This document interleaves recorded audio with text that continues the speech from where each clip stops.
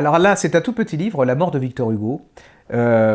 Vous dites la mort de Victor Hugo, moi Victor Hugo, ça me rappelle la poésie à l'école, chiant comme pas chiant, j'ai toujours détesté Quasimodo, Les Misérables. Bon, quand vous êtes plus âgé, vous le relisez et là vous trouvez que c'est génial.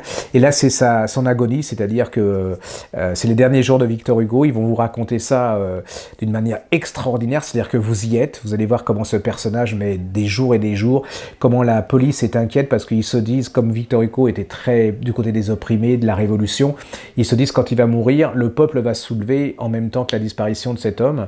Ils sont vraiment, ils ont la trouille de chez trouille. Il va mourir, il va rien se passer, mais il va devenir une icône républicaine. Vous allez voir cet enterrement, il y aura plus d'un million de personnes qui va se propager dans Paris.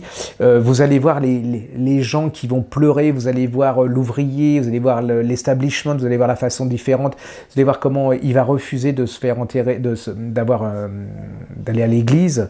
Donc c'est toute une histoire de la France à travers l'enterrement de Victor Hugo. C'est un chef-d'œuvre. C'est super bien écrit, ça se dévore. C'est une caméra explore le temps, vous êtes dedans. Et là, c'est vraiment la naissance du mythe républicain avec les grandes valeurs, séparation de l'État, plutôt à gauche avec en aidant les opprimés et les pauvres.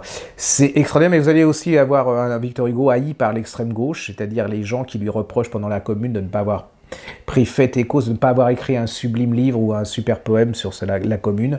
Vous allez voir qu'il n'est pas aimé par tout le monde, mais c'est vraiment voilà, la naissance d'un mythe, mais au quotidien, vous allez voir comment ça se forge.